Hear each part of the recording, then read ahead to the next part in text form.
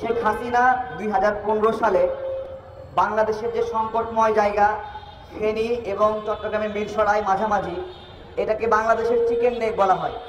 এই সংকটময় জায়গায় প্রায় 900 একর জায়গা দিয়েছে। ধরতে পারেন ঢাকা বিশ্ববিদ্যালয়ের বড় একটা এরিয়া আমরা দেখি না, এর 3-4 গুণ বেশি এরিয়া দিয়েছে, ভারতকে দিয়েছে। আচ্ছা, এই জায়গাটা যে সংকটময় আমরা সবাই জানি না, এটা জানি না।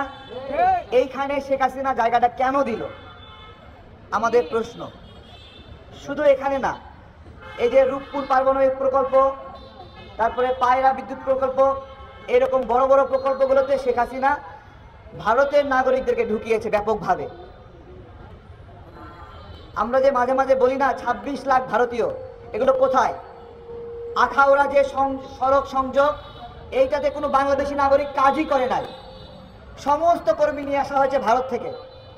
এবং শেখ হাসিনা যেদিন পালায় যায়, এই সকল ভারতীয়রা কি যেন অজানা কারণে এরাও পালায় যায়। আমার প্রশ্ন হলো, শেখ হাসিনা যেদিন পালায় গেল, সেদিন ভারতীয় কর্মী এবং ভারতীয় শ্রমিকরা কেন পালায় গেল? সম্পর্কটা কি? গতদিন স্বরাষ্ট্র দপ্তর থেকে বলা হয়েছে 10 লাখ বিদেশি বাংলাদেশে অবৈধভাবে কাজ করে। এটা কি আমেরিকানরা অবৈধভাবে কাজ করে? রাশিয়ানরা কাজ করে? কারা কাজ করে? ভারতীয়রা কাজ করে। দেখেন, 10 লাখ ভারতীয় বাংলাদেশে অবৈধভাবে কাজ করে, এর অর্থ কি? অবৈধভাবে কাজ করলে কি হয়? এরা যে ইনকাম করবে, এর উপর কোনো ট্যাক্স আরোপ হবে না। এরা যে টাকা পাঠাবে, সেটা কোনো লিস্টেড হবে না, ব্যাগে করে লাগেজে করে টাকা নিয়ে যাবে। এটা যে বাংলাদেশকে কতটুকু ভিতর থেকে খেয়ে ফেলে, তা আমি বোঝাতে পারবো না। ফেনীতে যে 900 একর জায়গা দিয়েছে এবং চট্টগ্রাম বন্দরের এখানে 110 একরের মতো জায়গা দিয়েছে শেখ হাসিনা ভারতকে।